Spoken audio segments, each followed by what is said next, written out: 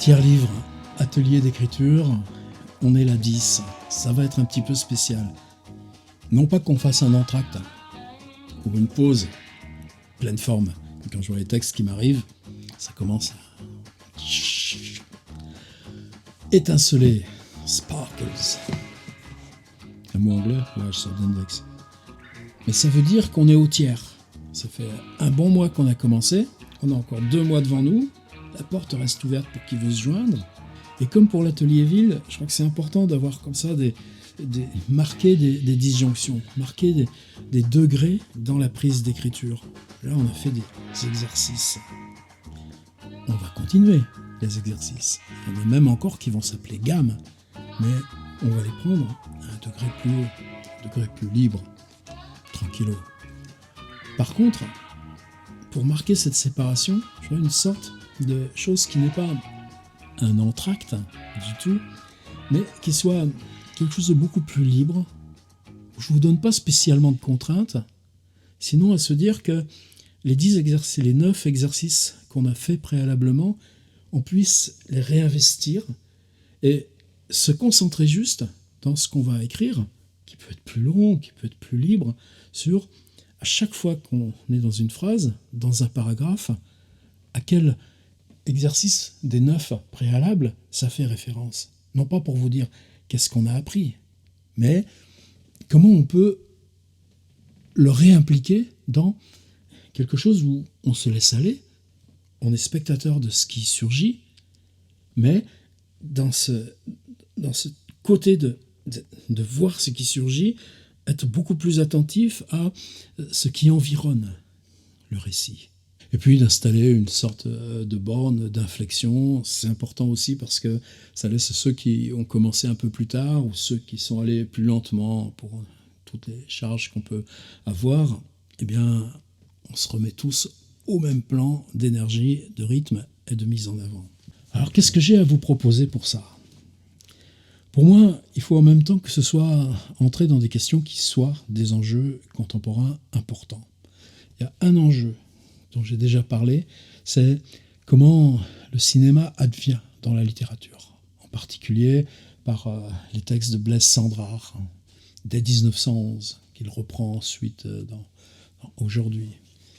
Ce grand éclatement où en même temps on a Jean Epstein, Antonin Artaud vers 1927, mais toujours ce paradoxe que si vous prenez l'histoire du cinéma, il vous est facile de retrouver dans votre mémoire comment le cinéma se cite lui-même. Qu'est-ce qu'il y a dans le cinéma ?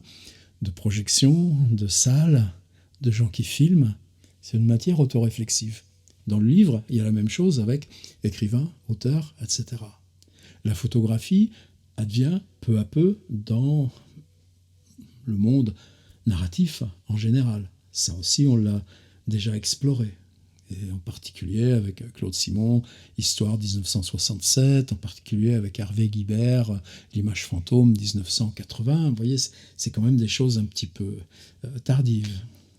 Mais des cinémas, vous avez quoi comme souvenir immédiat de cinéma représenté de pratique du cinéma, d'usage de la salle de cinéma, représenté à l'intérieur d'un livre?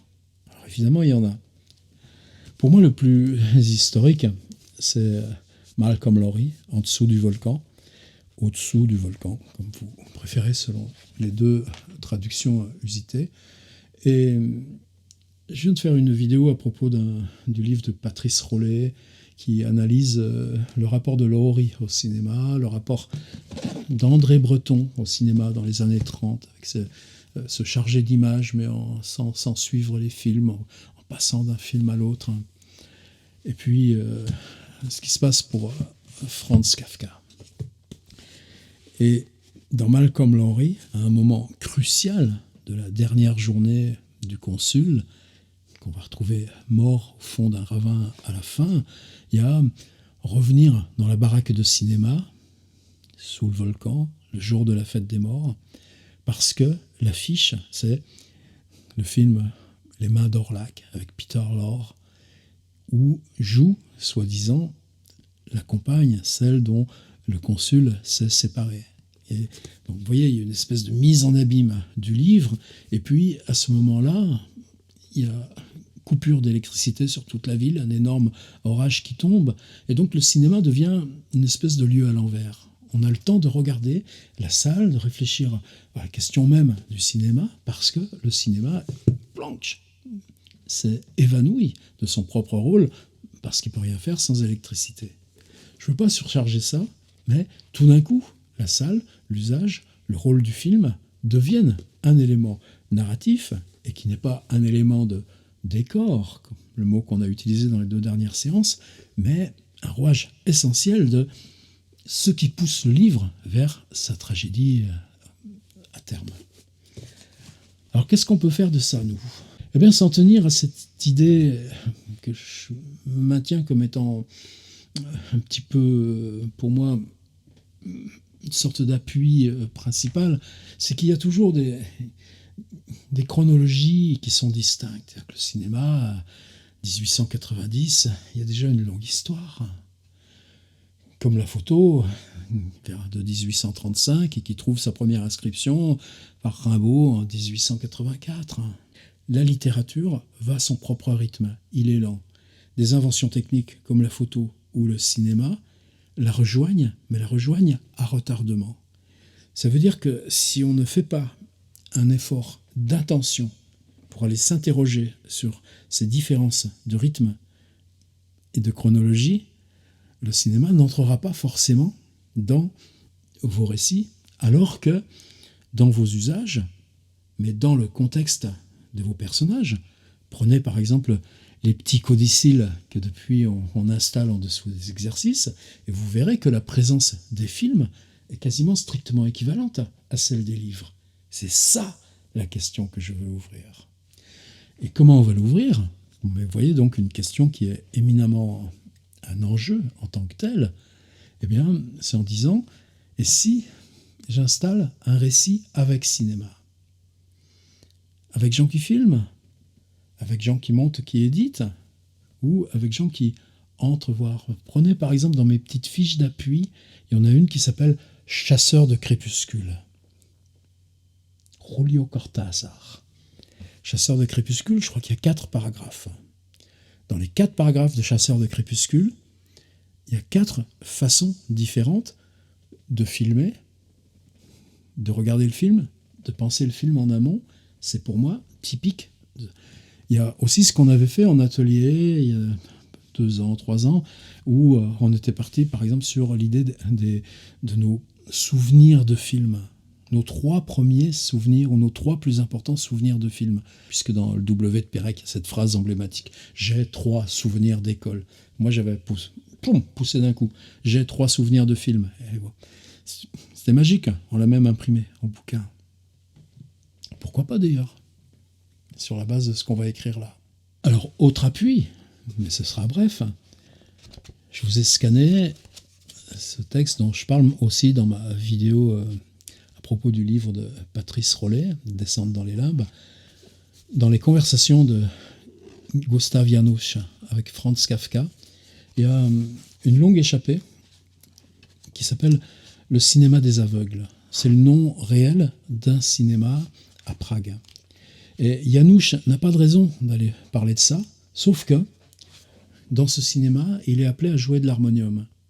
Et parce qu'il va recevoir un premier cachet, il va consacrer ce cachet à ce qui est pour lui plus important. Il prend 3 nouvelles de Kafka, parues chez Revolt, La Métamorphose, Le Verdict et Le Soutier, le premier chapitre du roman L'Amérique. Il les fait relier en cuir. Et très fièrement, vient à Kafka et regardez vos nouvelles. C'est-à-dire un livre qui, pour Kafka, n'existe pas. 3 récits d'une 20aine de pages, assemblés, qui deviennent un livre et qui accèdent à la symbolique du livre. La reliure, la bibliothèque.